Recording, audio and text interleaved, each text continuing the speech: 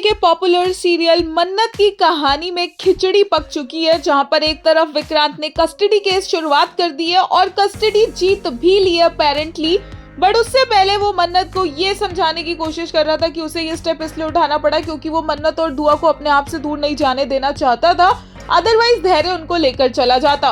But मन्नत के दिमाग में सिर्फ एक ही कैसेट चल रही है कि विक्रांत ने गलत किया, विक्रांत ने धोखा दिया, धैर्य पर विश्वास नहीं किया, मुझ पर विश्वास नहीं किया। और मन्नत को लग रहा है कि दुआ को भी अगर उसी तरह से सच पता चल गया जिस तरह से विक्रांत को पता चला है तो दुआ को कितना बुरा फील होगा।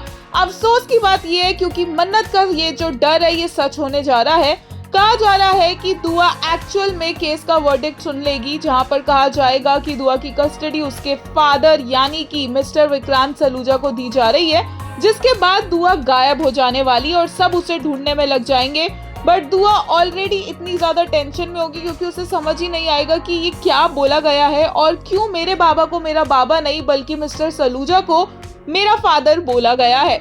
इसके साथ साथ यहाँ पर एक और ड्रामा भी आ सकता है, जहाँ कहा जा रहा है कि धैर्य यहाँ पर रुकने के लिए, दुआ के पास रुकने के लिए मलिका को शादी के लिए प्रपोज कर देगा। और आजकल धैर्य को देखकर हर कोई शॉक्ड ही है। धैर्य का कई लोगों को लगता है कि ऐसा रिएक्शन बनता है जैसा आज के एपिसोड में देखने को मिला, क्योंकि धैर्य के लिए दुआ इंपॉर्टेंट है और धैर्य ने ही फादर की ड्यूटीज निभाई है। बट बहुत से लोगों को लगता है कि धैर्य मन्नत के साथ ओवर रिएक्ट कर रहा है। बहुत से लोग ये भी कह रहे हैं कि धैर्य ने एक एक शब्द जो मन्नत से बोला है वो सही है, उसमें गलत क्या है, उसमें झूठ क्या है। बट बहुत से लोगों को ये भी लगा कि धैर्य का एटीट्यूड टुवर्ड्स मन्नत बहुत ही ज्यादा गलत था।